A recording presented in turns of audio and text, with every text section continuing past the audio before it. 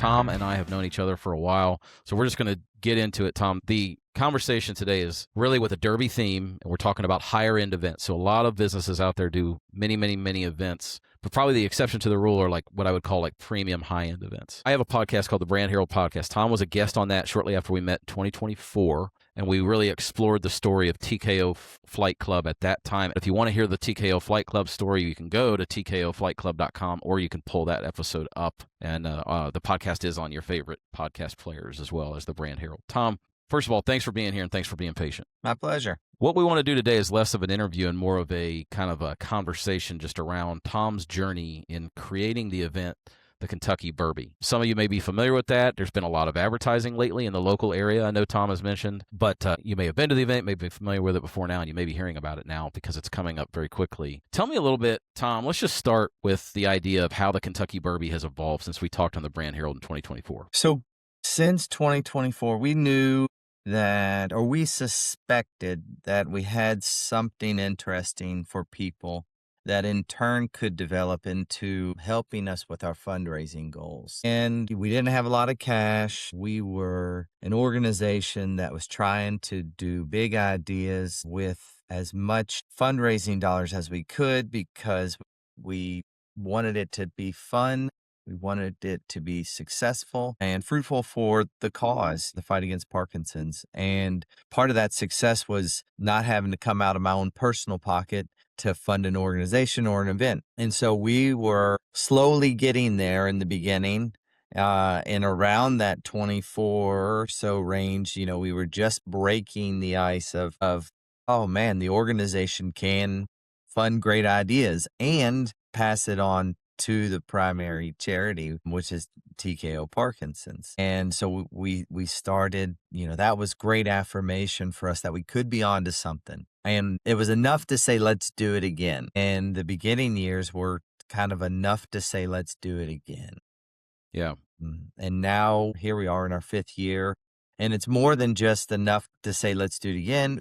Now we're convinced that this could be something really special. And now our conversations are about, okay, well, how do we ensure that the quality experience is delivered to our donors, our brand partners, our participating vendors, and our volunteers. So across the board, if everyone is having a quality experience, all of the event is elevated.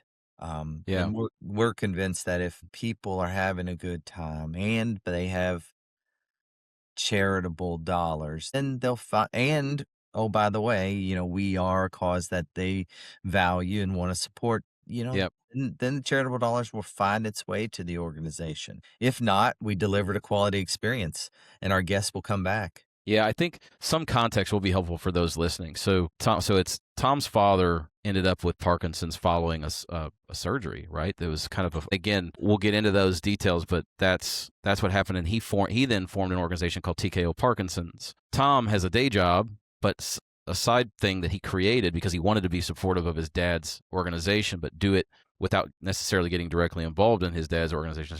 Founded TKO Flight Club for the express purpose of fundraising dollars to forward to TKO Parkinson's. Did I capture that pretty accurately, Tom?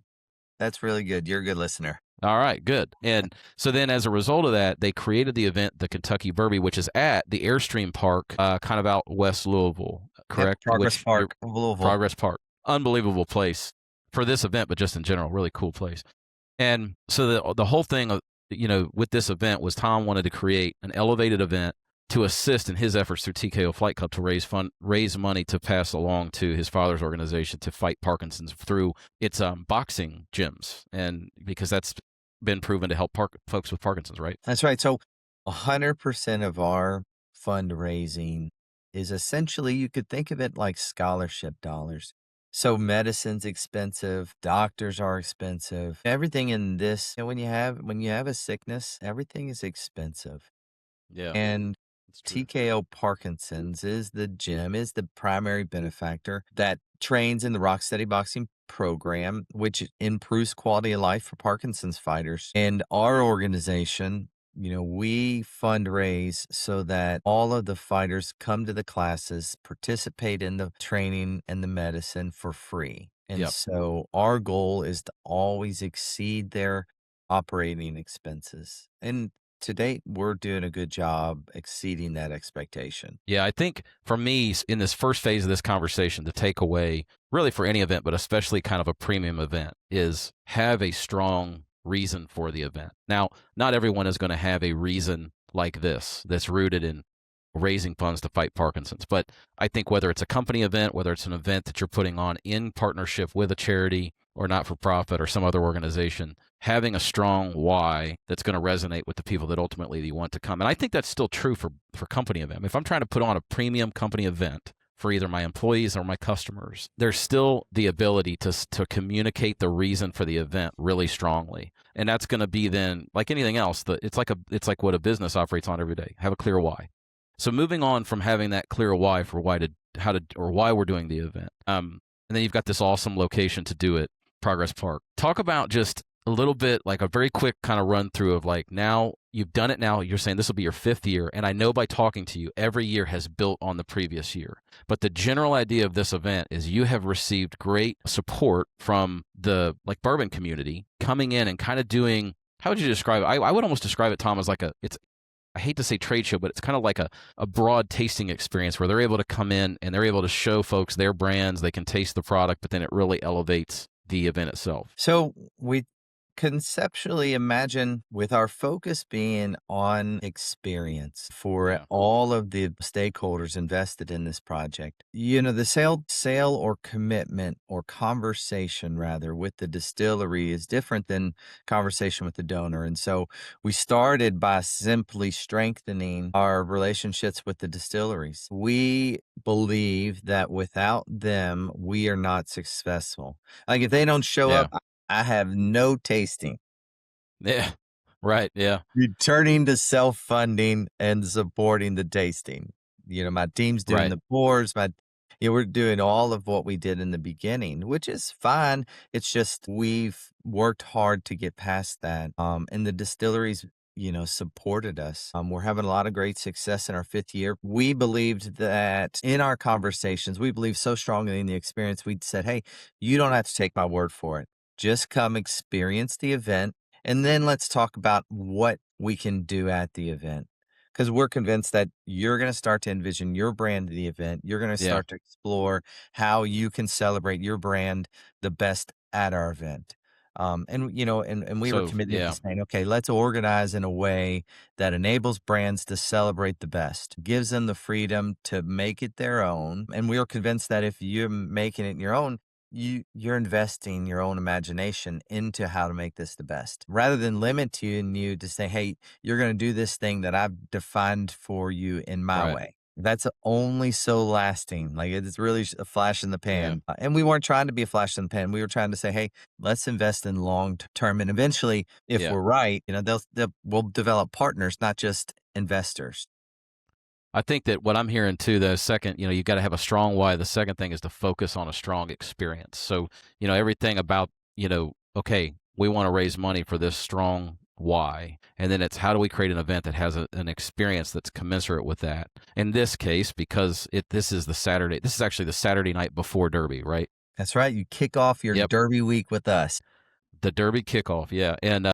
And I've been to the event. It is a lot of fun. So you go there and there's food, there's racing themed activities. As I mentioned several times now, the event venue is awesome. There's cigars if you want to do that. But there's also, you've taken the community that you're serving and you bring them. So again, as you're crafting this experience, the event obviously has the bourbon theme, and you've got these distilleries coming in to support you to provide that experience, and then you're using the folks that you're serving, and they're doing things at the event as well, so people are getting exposed to that. But I think that the lesson in this for your event that may or may not be bourbon focused is craft an experience that's elevated. And I would say less is more, meaning don't try to, depending on the resources you have to work with Tom in his first year in the event had less resources than he does now, and resources being money and people and time and all of the things, is really start thinking through what do we want this experience to be like, and you'd rather do less things really, really well for an elevated event than more things poorly.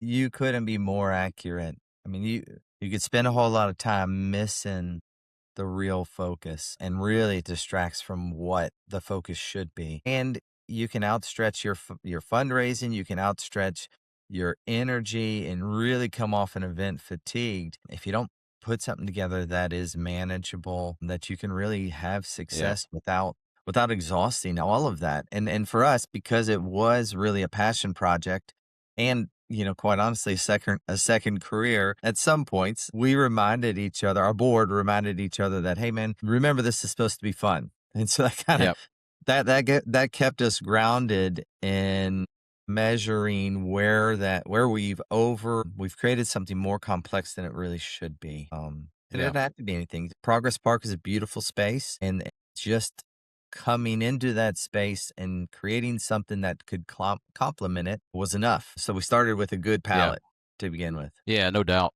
Yeah, I think I also think that one thing that's really important in this, and there's just not going to be a ton of time here to dive into the details. That if I were watching this and I were either trying to put on an event or I put on an event, I'm like, man, talk to me about how you manage volunteers and how do you do some of the nuts and bolts. I think with Yeah. the risk of running and diving into those details, if you want to connect with Tom, which will give you that information towards the end about how to connect with him, if he's got some time, I'm sure he'd be willing to connect and talk about that. But I think the other thing is just I know that every year you've done the event, it's the sort of post triage. Hey, what can we improve? And then you make a couple little changes for the following. And it's just this continuous improvement each year. Right now, you've got, so if my math is right, you got about what, 6, 7 weeks till the event at this point? Maybe a little less.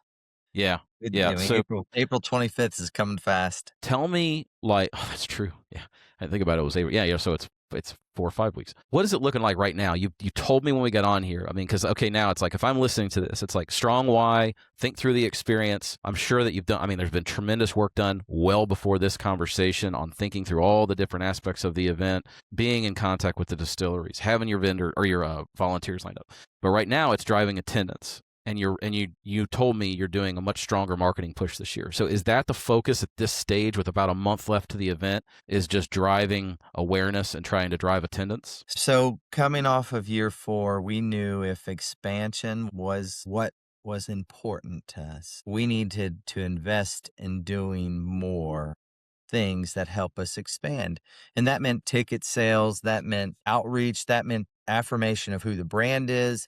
And so we hired a marketing team to take that work off of our palette, because it let us as a board focus on the things that really we were transitioning towards and Yep. what was more important. We were securing the partnerships already, so we need to nurture the partnerships. We need to, thank donors, thank partners. And so right now, we're in the meat and potatoes of our marketing plan. We had a huge day yesterday with ESPN, and we partnered with them, got some ad space, bought the opportunity. Well, really, we partnered. We developed a package because they in turn wanted to bring their organization and guests to Bourby. So we spent a lot of time developing a mutually beneficial program that said, hey, y- we can do marketing. ESPN could do marketing and share us to a new audience that, in all honesty, we thought that was more of a focus audience for who our guests are or likely to be. Yeah.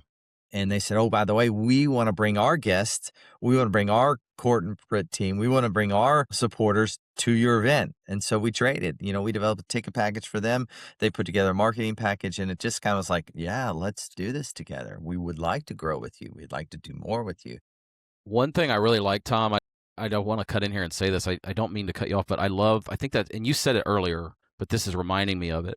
The way you've approached the event where it's your event, but you are really good, I think, about going to the supporters, the folks like the distilleries and these partnerships like that, and kind of just saying like, look, ultimately, what would be the best way for you to utilize this event instead of fitting people into a mold where it's like, this is what we're doing and you get a 10 by 10 booth and this is what you're allowed to do, come and do it sort of our way. You're very much like, hey, we've created this event. Again, strong why, we've got strong organization. We're looking to create a strong experience. Get in here. If you don't know what you want to do, come and experience it. But then after you see it, and now you get a sense of, okay, I see what this event is and I see the audience that I can engage with.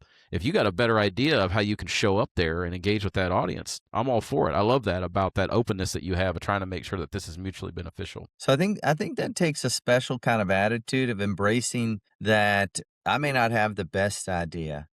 Um, and not every event I go to do you realize, okay, hey, there's a freedom here that we Mhm. get to participate. Personally, I enjoy those events better. And so in guiding a lot of how we're growing Bourby, I wanted to develop an event that I wanted to attend. Yeah. And That's a so good way to approach it. and it was the only lasting way for my own health and well-being. Like if I didn't enjoy my event, if it was too much work, if it was too stressful, I was Yeah. like we're not doing this. Yeah. That's Yeah. the And my wife, same thing. So for my wife, she's a big stakeholder. Not just is she married to me, she is there volunteering. I needed her to enjoy the event. And so, we're an organization that we were listening to the good and the bad for how we wanted to grow the organization and grow the event. Fortunately, we made a lot of good decisions along the way. We did make bad decisions. We learned from them. We didn't reproduce them, but we improved upon them. And here we are. I mean, Yeah. I really believe we're going to be making a decision next year of if we want to do more than 750 people. What I love about our event is we intentionally curated an event where people don't wait in line to get bourbon. Yeah. We partnered with enough distilleries and supporters that you don't have to wait in line. Yeah, it's like you and I said earlier. There's plenty. If you want to drink bourbon, there's going to be plenty of bourbon for you to drink. Don't worry. Yeah, I mean, we had over 150 different labels that you could taste last year. Like that's Yeah, that is crazy. a lot of I have to think tasting. there's probably people. I mean, that's crazy too. I probably think that if people are not familiar with the event, that hearing you say 750 people probably went. Well, I'm not. Maybe there's some out there that are not familiar with this event, and even if they weren't, they probably weren't aware that it was that scale. So I think that's impressive too. The one thing I want to ask Tom is we got about 5-6 minutes left here. You're wearing one of the hats. Yeah. We've done a few things. Yeah, we've done a This is few things for yours. You Tom. did this on That's me. right. We did that. Tom is the designer. I got to give him credit. We followed his instructions. So the creative there is Tom. He gets all the credit, but we executed. And we don't do everything for the event. That's what I say. We do these conversations because we believe it's a topic you're interested in. It can be helpful to you. And we also just love stories like this. We do that. We've done a couple of things. But Tom, talk to me just about the role that you see branded clothing, like hats, shirt, like merch. And you've partnered. Now, you've told me you've got some partnerships with some of these distilleries where there's going to be merch from them as well. So we believe merchandising is free advertising. And we believe that so much so that we prefer to buy quality material, quality hats, quality t-shirts that I want to wear. And I don't mind investing money in those products, and neither do our guests, because they too appreciate quality. And apparel's not for everybody. So everything I do is not going to appeal to every buyer or donor. If I wanted to do that, and I would have a price point for all different types, and I'd be inventorying lots of items. I didn't want to do that. I wanted apparel to be an outward sign of a product that we were delivering from an event standpoint. So we developed, as we were working on Bourby, we developed an event logo because we thought that should be recognizable. We've developed an event slogan, drink bourbon, fight Parkinson's, because we thought that too should be simple and recognizable, because we thought these things should stand alone. And we thought they could be curious enough to stimulate a conversation. What's that about? And that was it. That was important to us. And we thought, hey, man, if that happened and now my donors and guests became marketers, became salesmen for my brand, like they were going to sell it the best. If they chose to buy my apparel, they probably had a good experience. And I want somebody to be curious. I want that conversation. I want to encourage all of that. So you asked about how we took that one step further. Well, we developed a partnership. Maker's Mark is our official golf sponsor, and we're doing chips for charity, putts for Parkinson's, and we do event t-shirts. And Maker's has an on-site screen printing program that they bring to events. And so in developing what is Makers at Kentucky Bourby, they said, hey, we can bring our t-shirt. And I said, well, what if we did a co-branded shirt? I said, I would love that from a Bourby standpoint, because I want people to think Maker's Mark and Bourby. I said, and your brand is much bigger than mine. So would you even entertain that? And they said, oh, man, Love that idea. Love that it was a new twist on something that they've done at multiple experiences. And this was new. This used a Yeah. traditional tool they already had invested in, but did it in a new way. And he loved it. And he went with it. And he said, let's do it. He says, I'm going to bring t-shirts to your event. And his art team developed, they took our Kentucky Bourby logo, put their maker's twist on it. So you can imagine dripping wax, you can imagine Kentucky Bourby Yeah. logo, and you can imagine Maker's Mark logo, and they put their touch on our brand. And we're not so rigid that my brand has to be first. Like, it doesn't. Like, I'm grateful just to be part of their brand, just to welcome the opportunity to be in the same conversation of their brand, because that's what helps us to grow. Yeah.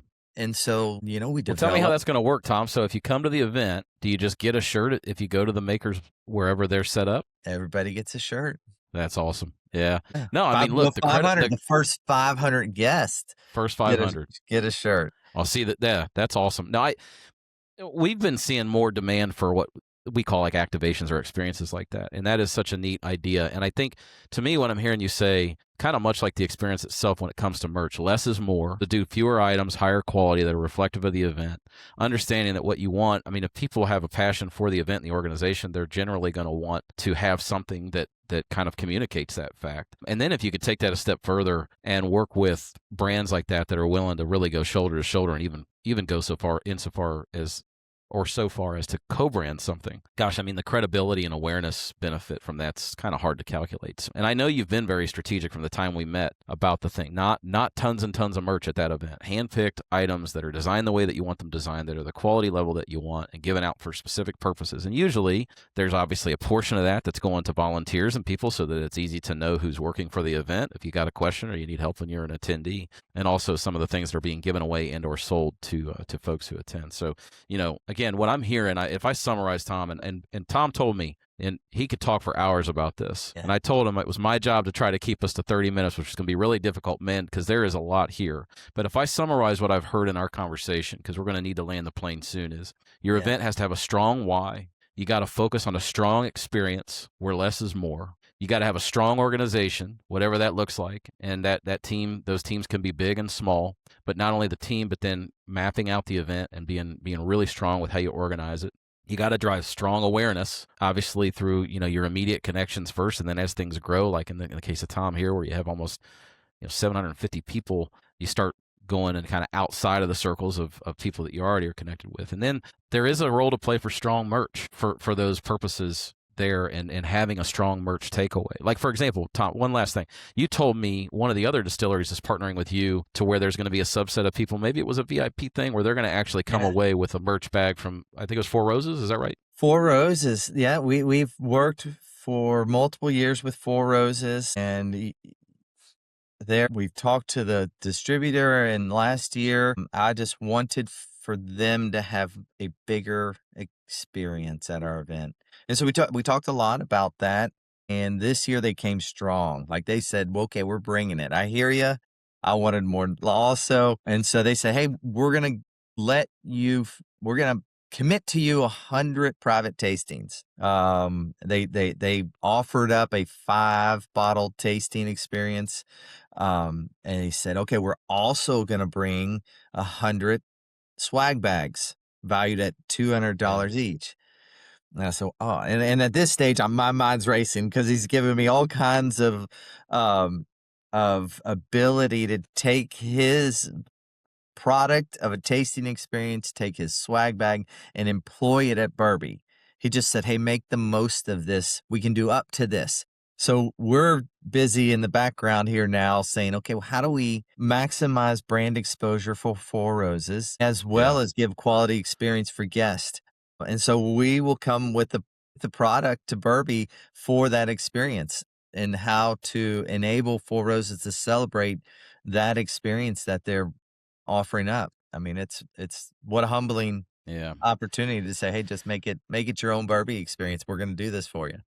I think it's just Awesome. another example of where you've taken a relationship that engaged at a pretty, I would say, entry level to start, and over the period of 4 now going on 5 years, you've given them the opportunity. Now that they understand the event, you've just opened it up and said, hey, like they've discovered a way they think they can leverage the event to be more effective, not just for them, but for you and the experience of the guest, and creating an opportunity to raise even more money for I love it, drink bourbon, fight Parkinson's. And I think that's a good place to leave the conversation. Tom, let people know really quick how they can connect with you. I told them TKOFlightClub.com, but how can they connect with you, and I assume that website is where they can find information on the event. That's the easiest, TKOFlightClub.com. If you're Bourby specific, we have kybourby.com. We have Facebook pages, Instagram pages, all forms of social media.